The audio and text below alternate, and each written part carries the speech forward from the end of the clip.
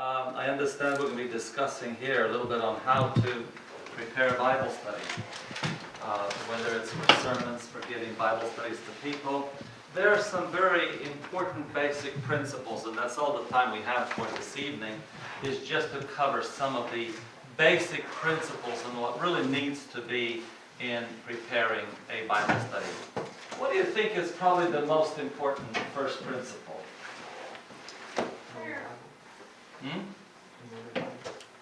Well, you get to know it by preparing Bible studies, actually. So if you're waiting to get to know it, it'll take a long time. Do what?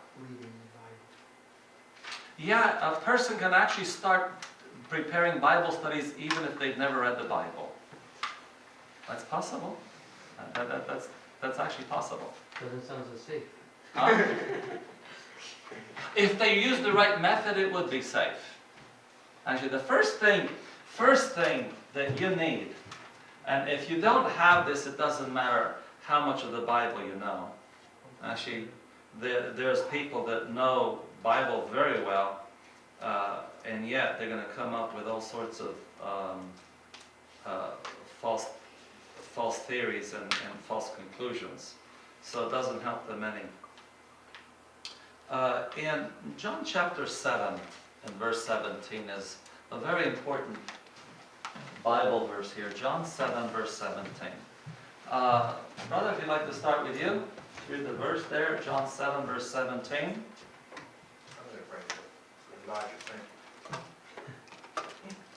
Okay, Bethany, can you look at it? Read it. If any man will do his will, he shall know the doctrine whether it be of God or whether I speak of myself. Now what does that mean? Just understanding this as a principle to start with. I want us to keep this in mind. If any man is what? Will do his will. It says here, if any man will do his will. I want you to, anybody can look, can you read it in the New King James Version down here for me? If anyone wills to do his will, he shall know concerning the doctrine whether it is of God or whether it is. Okay, in other words, if any man is willing, the idea is willingness. It doesn't matter how much you know. Because when we talk about giving Bible studies, we're talking about evangelism, aren't we? And I want you to think about the woman at the well. How much time did she spend learning the truth? Short time. A few minutes. Short. Yeah. Very short. Matter of fact, she had an interview with Jesus Christ, and then she went out there and brought a whole village out there to meet Jesus. The key here is the willingness to do the will of God.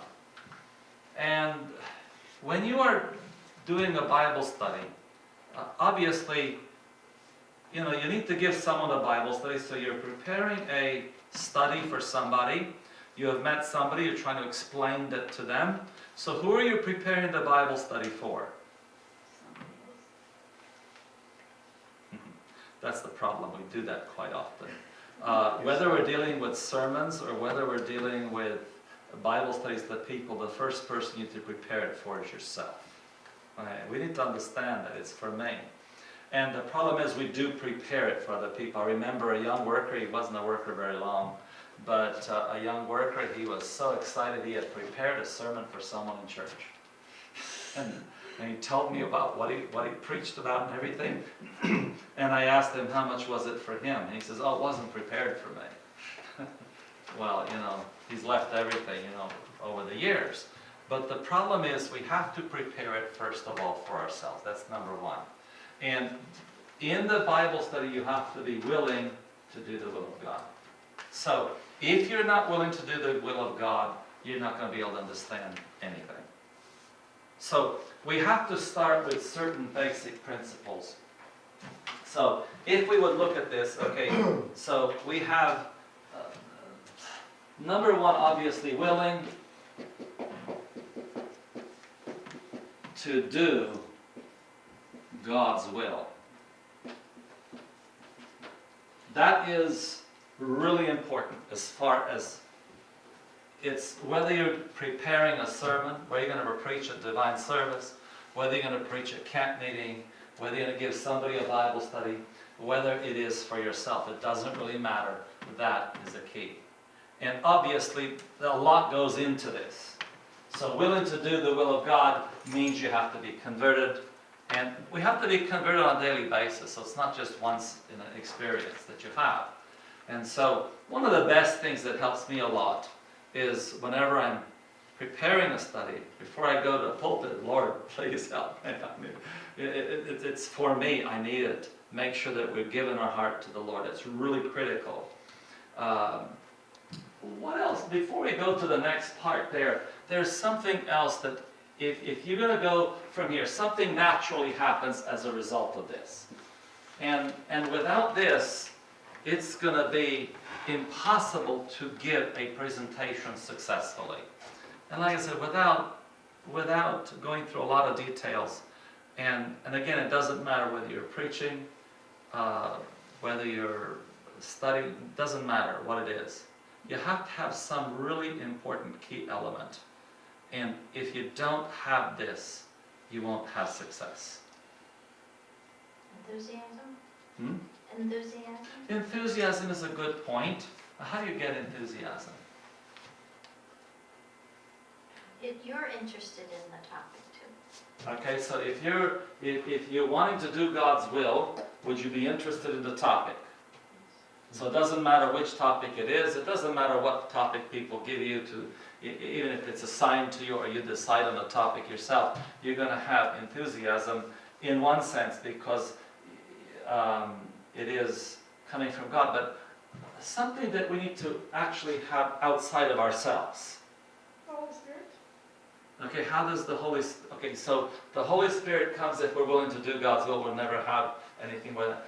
Let's just go one other element here. I do want to mention one element before we go to some specifics, and that is you must have a love for souls. Okay, if you don't have a love for souls, it's going to really kill you.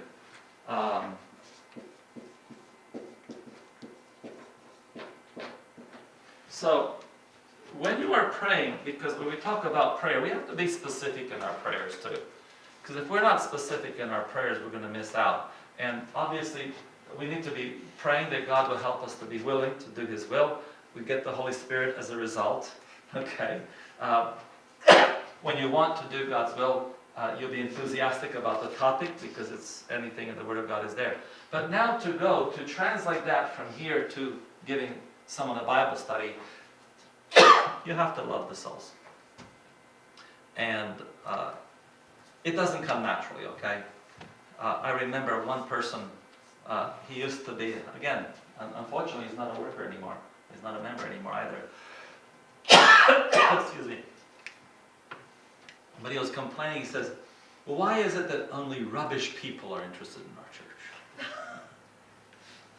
He said he was hoping to get some decent people in society and whatnot, and people come with all the problems and they come with all the baggage and everything else.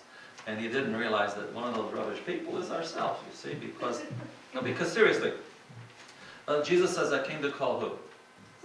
Sinners, not righteous, okay? So if you're looking for the righteous people, they don't need you anyway. Okay, so, but how do you love people who are, have serious problems? People that come, they don't come because they are, everything's going perfect in their lives. They come with every baggage you can think of. And what do you need to do? How do you love an unlovable person? You come to the emergency. Demonstrating gratitude. Yeah, they're coming to the emergency room with every problem. Right. How do you love those people? How do you see beyond what they look like? That's a tough If you're thing. not converted, and if you don't love God, you will not have that love. You won't have that, but you can pray for it. Okay, so let's understand something. We have to pray for something we don't have. I remember even going canvassing. I remember my first time I was out canvassing by myself. We talked about canvassing. We were at Colporteur Ministry, missionary school. Then I said, all right, let's go canvassing, and nobody wanted to go. Not the teachers, nobody, okay? So I grabbed some books. I figured, let me go canvassing. So I got out there in my truck, and I drove off there, and a suburb there in Sacramento. I parked there, and, I was about an hour there. I didn't open the door of the car. I sat there 1 hour, I couldn't get out. I mean, canvassing, all these things come to your mind, and I drove home. And that was a really shocking experience for me. And later on, I was reading something in Gospel Workers, I'm not sure what it was, but it gave me the idea we have to love for souls, we need to pray for it. And so yes, I began praying for it, and I went to that same place the next time I was going to the school. And of course, when I got there, I opened the door quickly so that I don't have to think about it, and got out there and started knocking on doors. But the secret is love for souls. And the love for souls, and again, we're not talking about people that have everything fixed in their lives. You know, when you have a clinic, thank you. When you have a clinic, who comes to the clinic? Sick people. Sick people? And so what happens when somebody sick comes to the clinic? Camp orientation. Why did you come? You know how terrible it is we have to have all these sick people come over here. And can't we get some decent people coming over here? Hi there. Camp orientation for nurses. And so when we have a church, are we shocked that sick people come to church? Sometimes we are. We are totally shocked because what are they doing here? You know, and we have to, if we're going to seriously have success as a church, we have to stop looking for reform-minded people. We got to stop. Because that's what we do. We want to go out and find reform-minded people to join our church, okay? And what the problem is our church is not growing. You know why? We're looking for the wrong people. If you're looking for reform-minded people, if they're going to be at all reform-minded, they should be already in our church. But out there, they're not. And so they're coming with all their baggage. And we have to experience this love for souls. And that's a really key. Okay? So those are a couple points. There's many other things we can talk about, but we want to talk to some specifics here because you need to get out of here with some specific things in your mind. So, willing to do God's will, don't forget that. Pray for the love for souls. Okay, these things are hand in hand, and then you will have success in the work that you're doing. So after that, okay, so let's just take something easy right now, because what we're going to do is we're going to look at a simple topic. Okay, so because there are some topics that are very complicated, but the principle is always the same. And one of the most important things when we are looking at Bible study, and that is what makes us part of this church. You know, so what makes it real Adventist? Express the truth. That's relative. The word truth is relative. Doctrine, that's also relative. Okay, because did Martin Luther have the truth? Believing the Ten No, Commandments. was he faithful to God? Yes. Okay. Don't Is he going to be saved? According to Scripture, yes. Huh? Martin Luther is going to be saved. Sure, why not? That pork-eating, beer-drinking Sunday keeper is going to be saved. Absolutely. According to the light. Okay, so that's why I say truth is relative. Okay, so a person who has all those things, and right now you may have people in the Catholic Church right now who will be in the kingdom of heaven, and they'll be saved, and we're lost. Okay, so when we say the truth, it's relative, okay? So how do you find truth? Because when we are talking about preparing a Bible study, we're actually looking at how to find truth. And depending on your method will determine what you determine as truth. On what method you use. And the biggest problem that we face is the Greek influence that we have as in religion and education.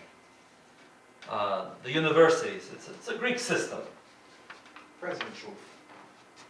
How do you know what present truth is? That's also relative.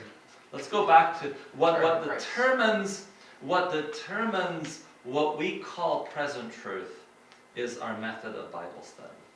Return to Christ isn't. Hmm? Christ's return is not present. That is present truth, but how do you determine that? How do you determine that that is truth? Okay? So just bear with me now. We'll come back to that in a moment. Okay? Let me just explain something about Greek philosophy.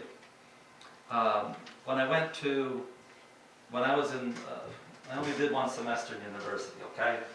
And in the middle of that I had all these goals and whatnot, and I ended up being called into the work, and so at 19 I left all that, okay? But while I was there in Sacramento City College, I took a course on public speaking. And they taught us how to prepare a speech. And it was Greek, completely Greek philosophy. They showed us all the Greek philosophers, and this is how you come to the conclusions on how you do it. The first thing is you come up with a theory or a thesis. You come up with an idea. Okay, this is your idea. So you have an idea, and what do? Investigate the truth before explaining. No. So you come up with an idea, and you look for evidences to support your idea. And so what happens when you find a piece of evidence that doesn't support your idea? You change your idea. They fail. No, you reject it.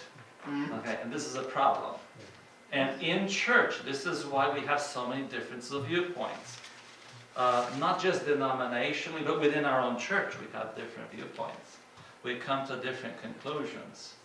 Last Sabbath, I was attending a church, and we had our Sabbath school lesson there. And it was very boring.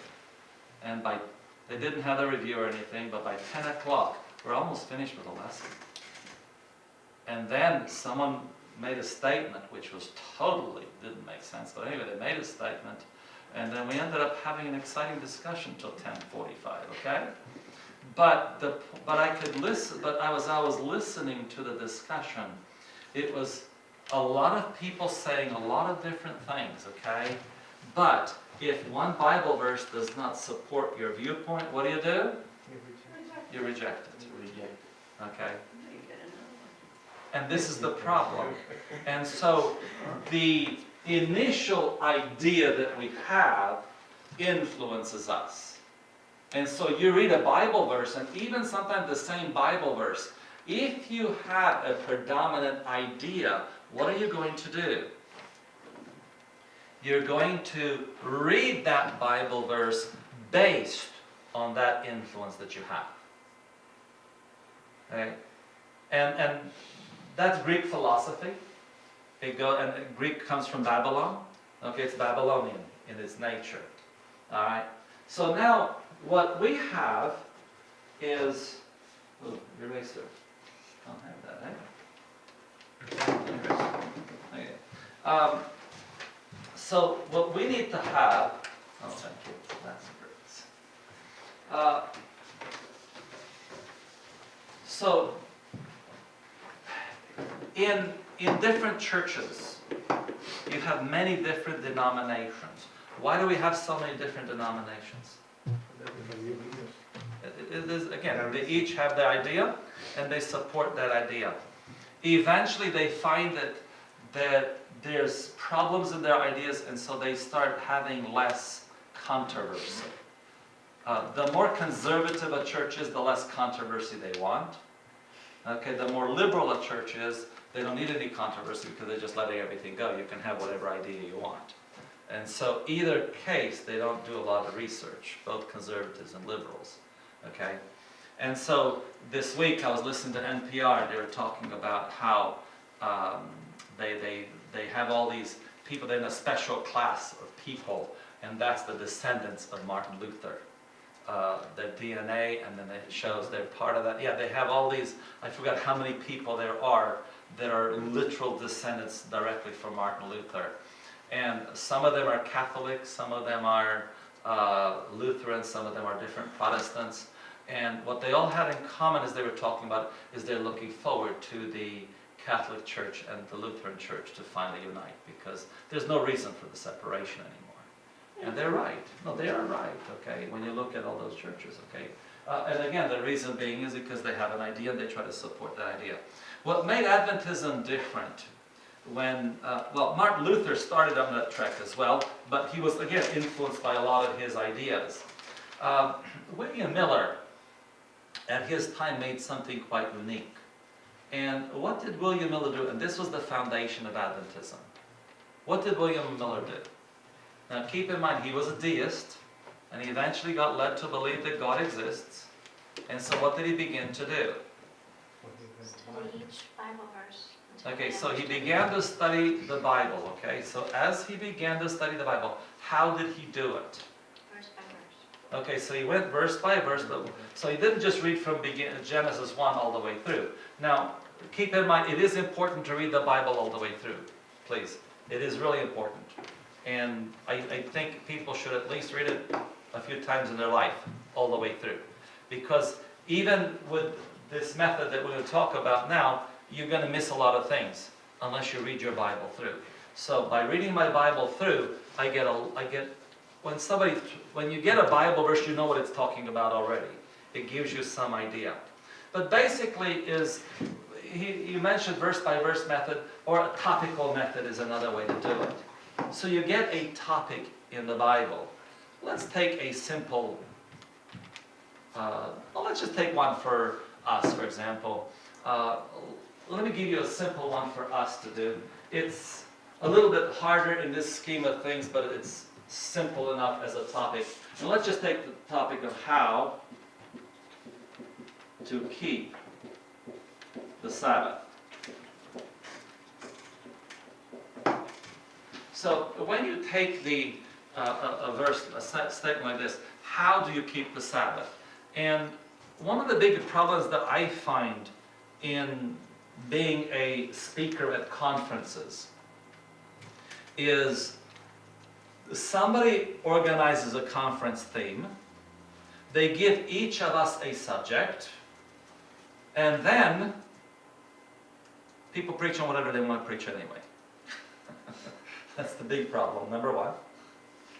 Number two is they preach on the subject they like the most. At our last missionary school, we had a subject. We had some themes. One person had the subject of justification. The next person had the subject of sanctification. Now, the person that gave the subject on sanctification gave a really, really good presentation. Gave a really excellent topic. Excellent presentation, gave stories, made a heart-wrenching appeal at the end, had almost everyone in tears. And I had to do a critique. And I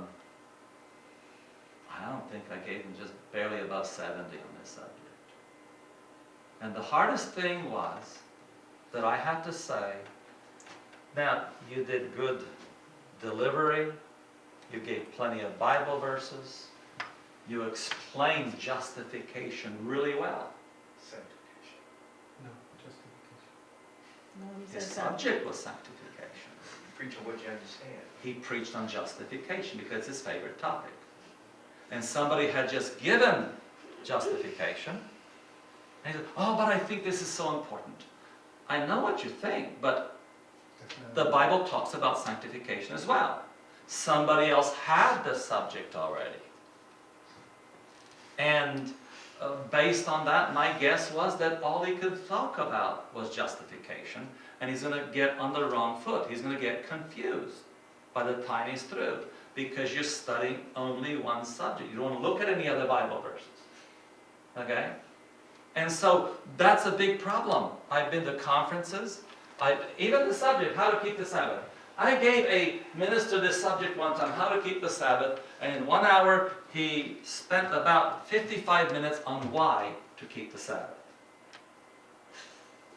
And almost at the, oh yeah, we need to talk about how to keep the Sabbath in a few minutes. Oh, this is it, okay? But somebody else had that subject already on why to keep the Sabbath. It's like going to an English class and they're teaching you mathematics because it's my favorite topic. It's not going to do any good. Okay, yeah, it's good to have mathematics. However, this class is English.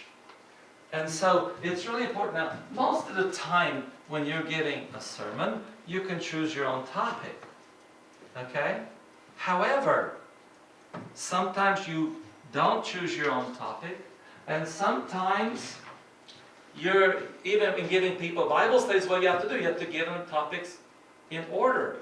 And imagine, okay, we're going to have 40 lessons today to get you ready for baptism, and each one's going to be on justification by faith. I mean, come on, you won't know what to be justified for by the end of 40 lessons on it. Should you have justification in every one? Yes, you should.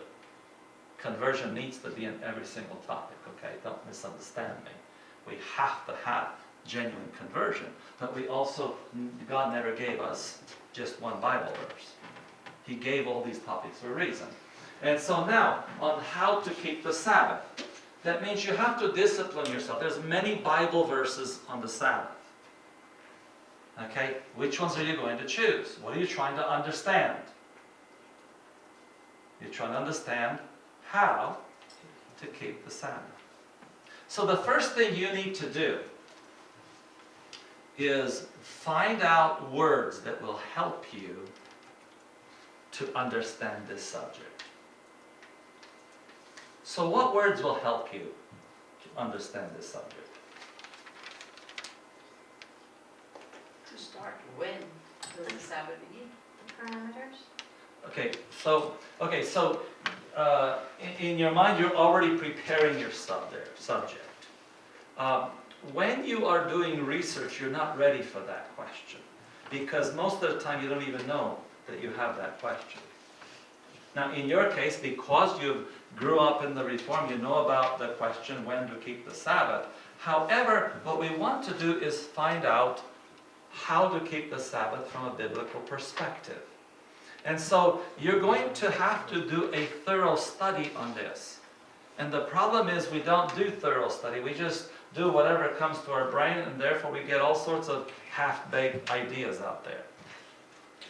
Well, seriously, we get these half-baked ideas, and sometimes you get totally confused. So let's look at words that will help us understand how to keep the Sabbath. Let's start with that. Prophetic words of the Bible. So which words are we going to use? Holy. Sabbath. Sabbath. Well, let's start with the word Sabbath. Can we do that? Sure. Do you think Sabbath will give you an idea? Oh, yes. Okay, so Sabbath will be a good word to use. Now, in the word Sabbath, depending on your search engine, if you're using the Ellen G. White search engine for the Bible, you can put an asterisk and it'll give you Sabbath, keep anything that comes with that as well. What's another word that will help you? Now, if you want to use holy, you're going to have a lot of fun. Okay?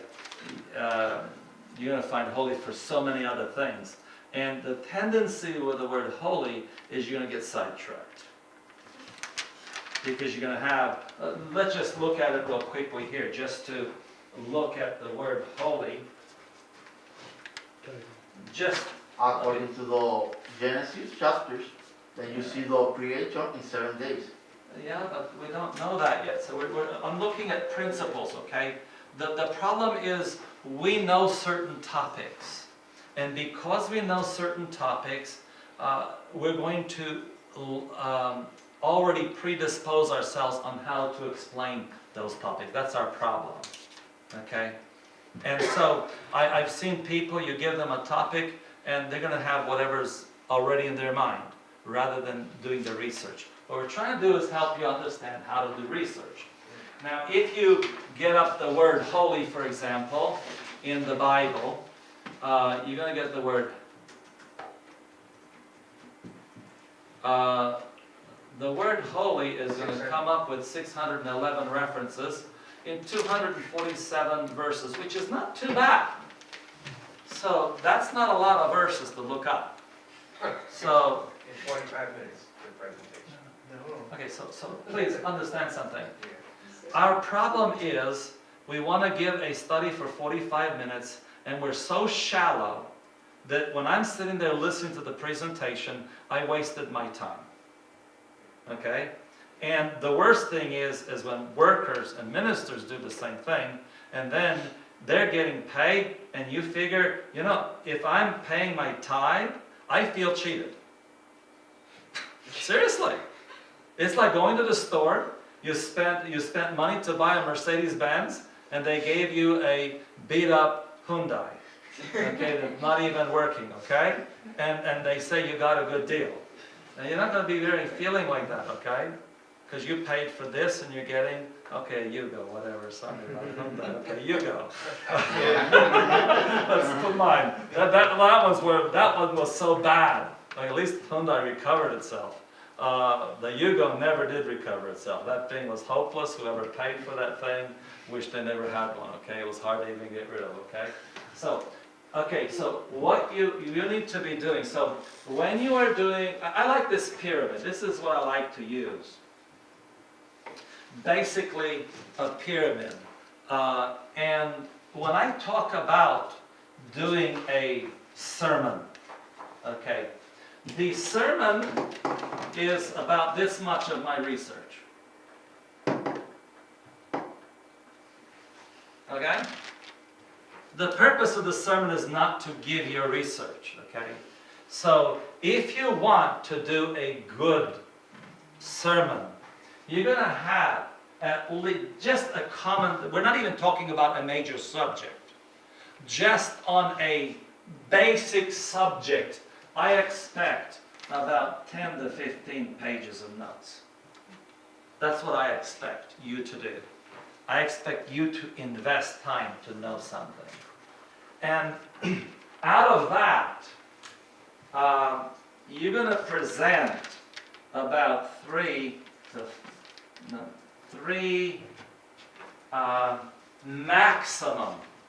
maximum 4 pages. And I'm talking about pages if you're actually on your computer, if you're actually putting in all the statements in there. Okay? It's about, with PowerPoint, I can get away with 4 pages in English. I can get away with 4 pages if I'm not commenting too much. If I start commenting a bit, forget it. You're not going to get close to 4. You're going to have to cut things out, okay? So, depending on the situation, sometimes my PowerPoints, I target 3.5 pages. So, when I prepare this, I got to trim it down to less than 4 pages if I'm doing it in English. And if you can't do it, trim it down to 4 pages, you're not going to survive. You got to keep finding something to cut. And I'd rather cut it there rather than when I'm standing up front, okay?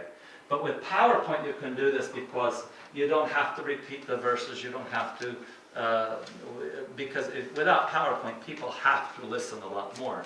And so you have to repeat more frequently. With PowerPoint, they're watching it up there at the same time. They're reading everything there. Yeah.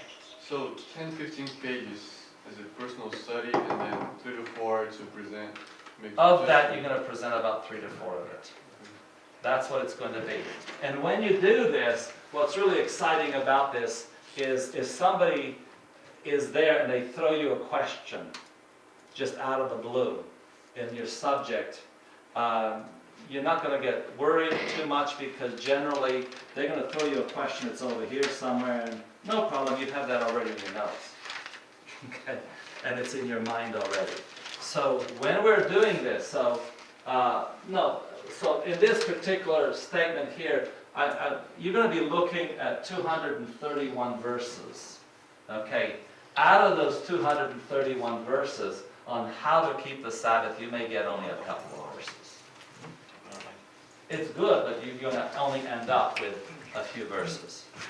So now, Sabbath is another one.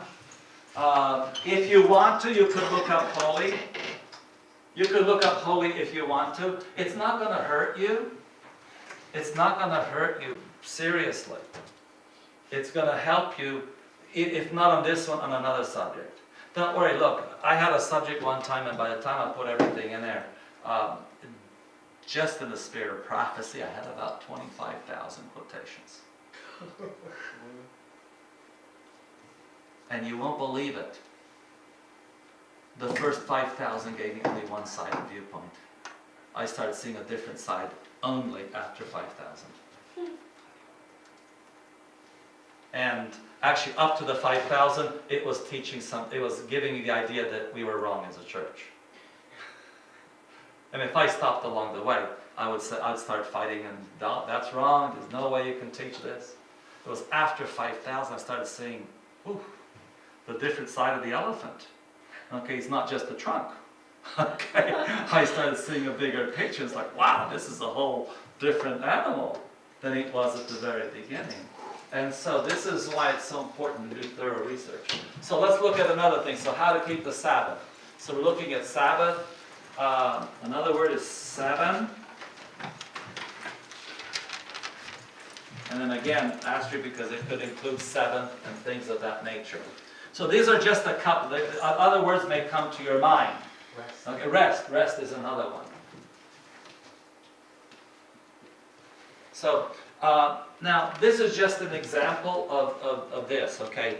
Now this will help you not only on how to keep the Sabbath, why to keep the Sabbath, it's going to help you with everything on the Sabbath, by the way, by the time you're done. So now what do you do with this? Okay, sometimes it's also good to look at the Hebrew and Greek words too, to understand it a little bit better. It may help you out. But let's just take a look at this. So, I don't know how to use, I forgot how to use this one because I haven't used it in so long like this. But I'll use it over here in the Spirit of Prophecy just for the simple purpose of it right now. Only just let me get this Bible out here and I'll bring it back to 200%. Okay. So, you end up with your search, and in this case here, you can get the word Sabbath or 7 or rest. And let's just put that one in there as well. Could give you restful rest. Anyway. And it comes up with 1,043 references. Now, the reaction to most people is that's too much. And so what do? They read just a few and they make a conclusion based on that, and that's the problem. And you can tell it's shallow when they give the presentation. It's not, doesn't have any substance to it. Because it affects the way the person is presenting it as well. We're not even looking at Spirit of Prophecy, by the way, here. This is just the Bible. And if we want to do a proper research on the subject, you go through all the Bible verses and then what?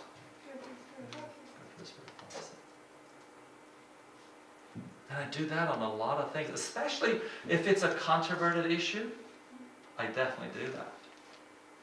And yeah, 25,000 is not a lot. It'll take you a while. It took the particular time that I had to deal with it. It was a real conflicting issue in our church on a particular subject, and I was on vacation. My whole vacation was on that. My wife and my son, they didn't see me, and it was really bad. But by the time I got finished, I decided not to present the subject where I was going. I figured they're missing the point. I think that so many people were going there discussing that subject that one more time it's not going to help them anyway. And so I ended up doing something completely different, and actually it was more beneficial to the church at the end of it. Later on, I did use it, by the way. Later on, I did use all those things.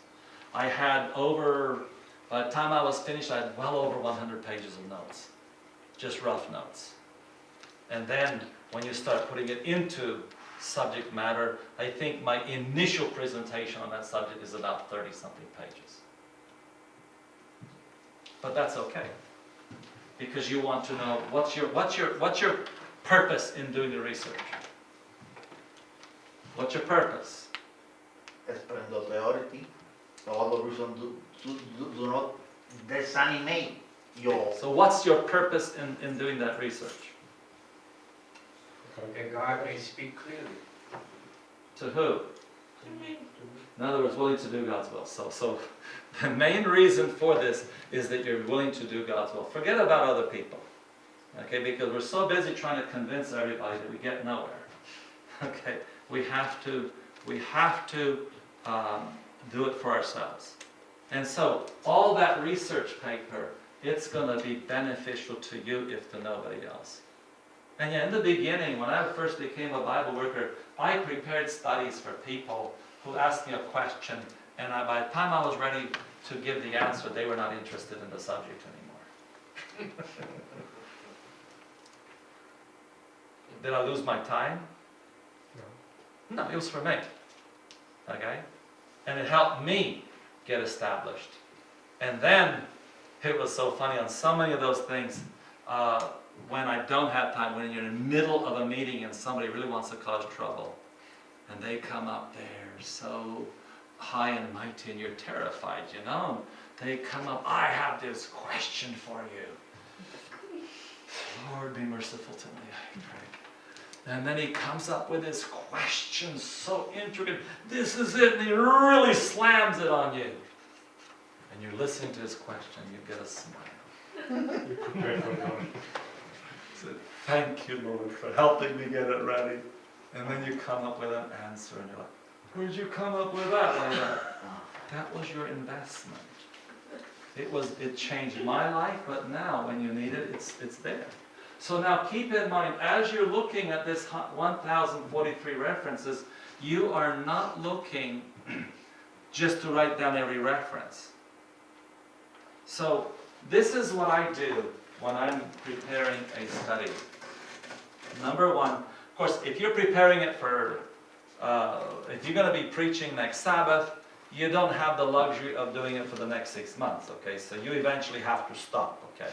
So somewhere along the way you got to stop. And when I used to, because when I was preaching every Sabbath, and especially when I was in my local church and I'm preaching every Sabbath, okay, you have to have something you're ready. And my problem was I could never think of a subject and be satisfied with the subject until late Friday evening. I could never, no matter what, I'm praying all week long and nothing happens.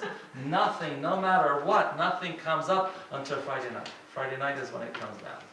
And so I study a bit Friday night and 2 o'clock Sabbath morning. Most of the stuff was 2 o'clock Sabbath morning. And so I knew how long it takes time to organize my material, and I could organize about 10, 12 pages in about an hour or so, okay, with a computer.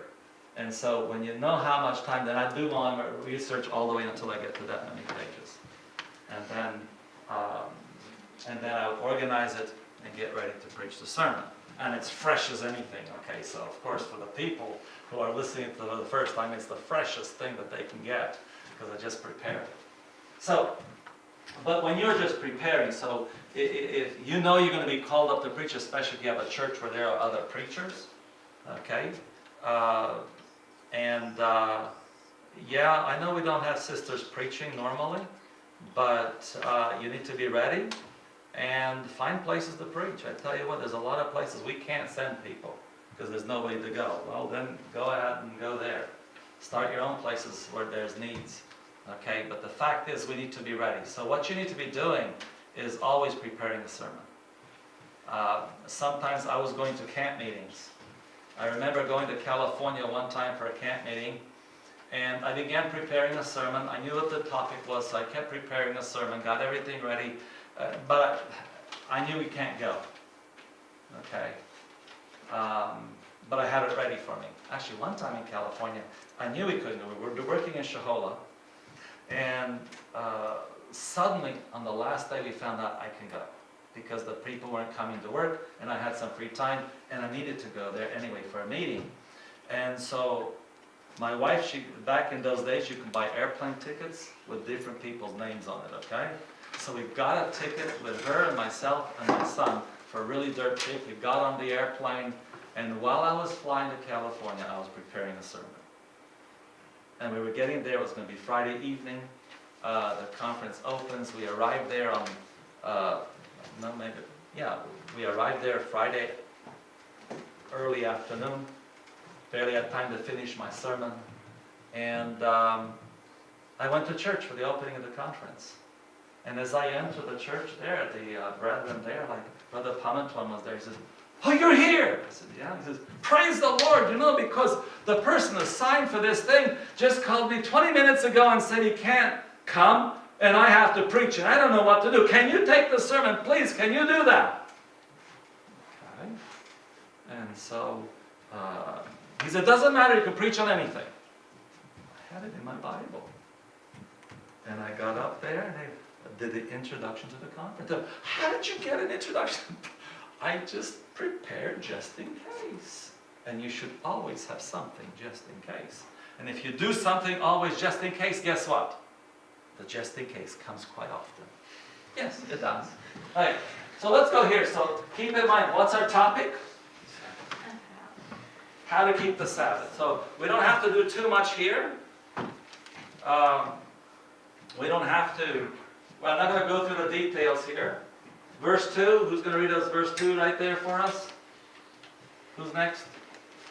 And on the Sabbath day God ended his work which he had made, and he rested on the seventh day from all his work which he had made. Okay, so does this have anything to do with how to keep the Sabbath? Yes. Yeah, he rested. Okay, so here, you get seventh in here, and you get the word rested. Okay, you don't even get the word Sabbath in Ended here. his work. From all his Huh? work. Okay, so rested from what? From all his work. Okay, so what you would do then is, so what I do with a computer, because I did it the old way too, when there were no computers, okay, I did that for years, okay. But right now, what I would do here is, I would simply copy this verse and paste it right away into your Word document. That's it. You copy and paste. I'll analyze it later. And so this way you can actually go through quite a few verses really quickly. Copy, paste, copy, paste. Not this one, next.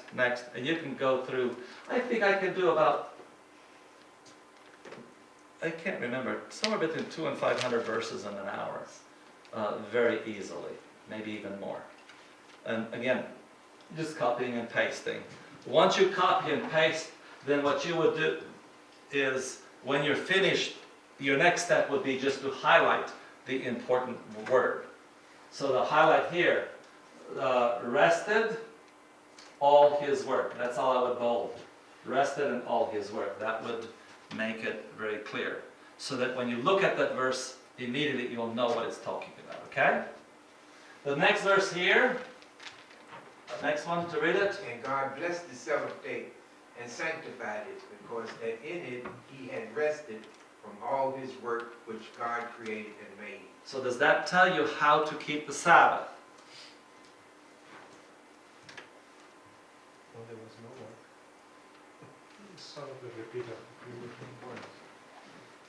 It just said in it he rested, but here actually tells you this. So this verse you can skip actually, and you can move on to the next one.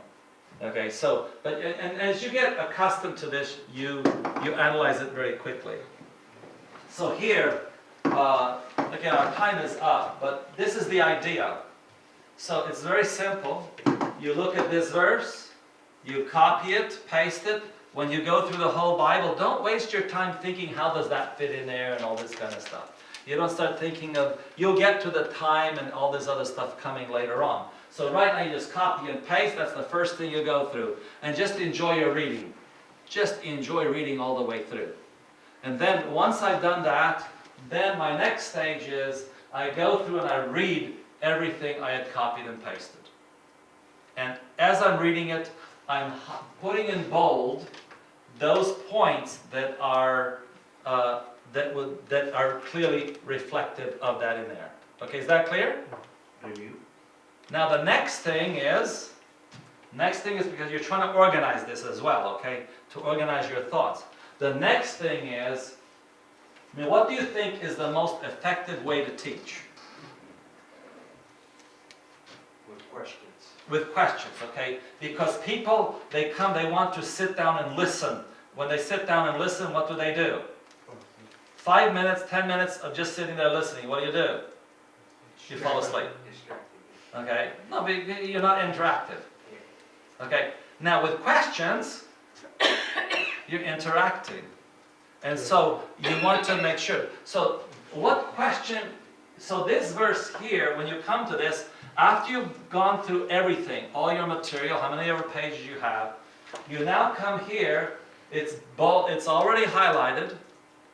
Now, obviously, if a question comes to your mind while you're highlighting it, don't wait till you're later on, okay? You could write it down right away. It doesn't mean but you don't have to if you can't think of a question. But every reference must have what? Question. A question. So what would be the question here? Actually, 2 questions come to my mind. What would you do? First one is, what did God do on the 7th day? He rested. Okay, so there's a question there. What did God do on the 7th? He rested. What did he rest from? All his work, all his work, okay? So, you would have here, maybe I can do it really quickly here, just to give you an idea here. Oh good, they have this one here, okay. So, obviously when you're going from this one here, you have to make sure you write down the reference as well. Okay, so here you have rested all his work.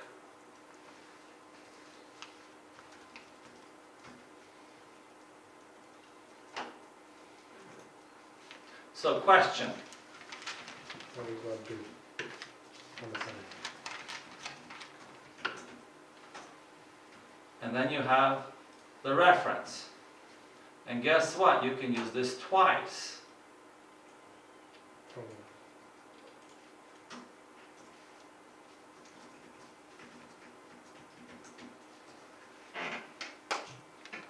And you do want to copy the extra one each time, because later on, when you're organizing it may be in different locations. It may not be in the same place.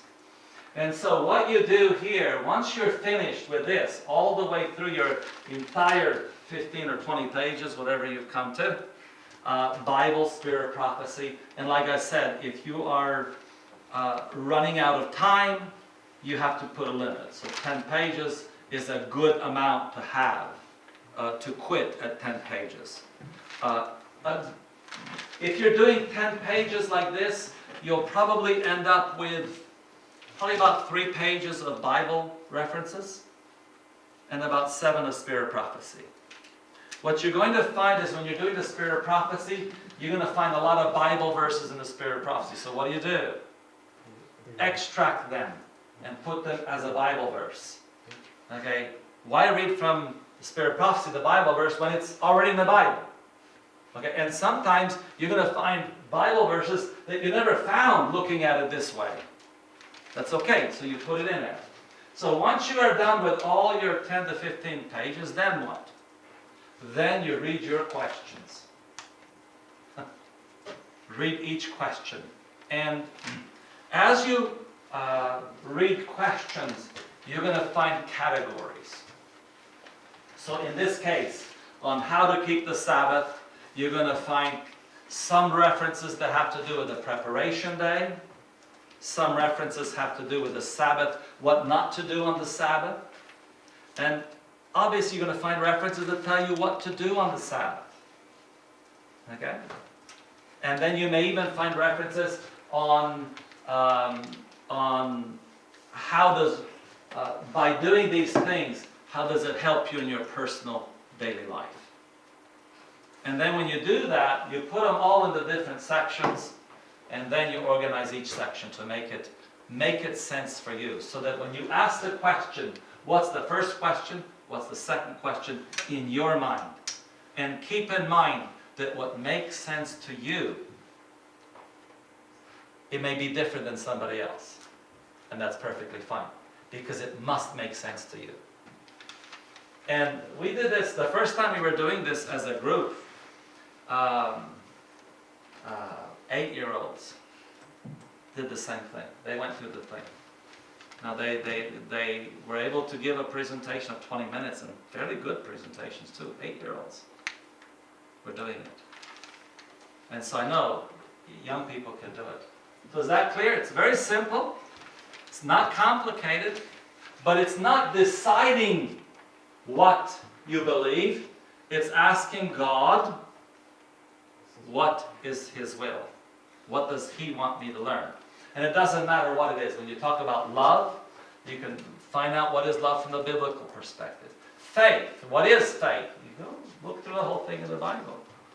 And then when you get accustomed to some of these simpler topics, then you can start looking at subjects like original sin and everything else that there's such a controversy over, and come to conclusions. But the conclusions are going to be the same. And what's going to be amazing is, as you use this method asking what God says, not what I believe,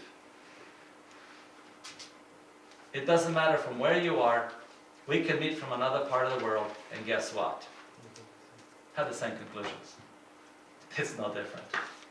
But you got to have a decision. You got to start with what is God's will. So even like the 7th-day Sabbath, what is the Sabbath? You can start with what is the Sabbath, and you're going to find the same thing. You can't help it but find it the 7th day. You can't find any other day there. It's just not going to exist. The only way you can find another day there is if you don't want to do God's will. And then you're going to find it. You're going to find another day. You're going to be able to take some verses and make another day exist. And it doesn't matter on any subject. You name a topic. And so, music, you're going to start studying music. You're going to find certain things with music. On education, you're going to start finding things on education. It's going to be like, whoa, where's this coming from? You're going to start finding things in the Bible. It doesn't matter what it is. Okay? Our time is up. Hope you had an enjoyable evening.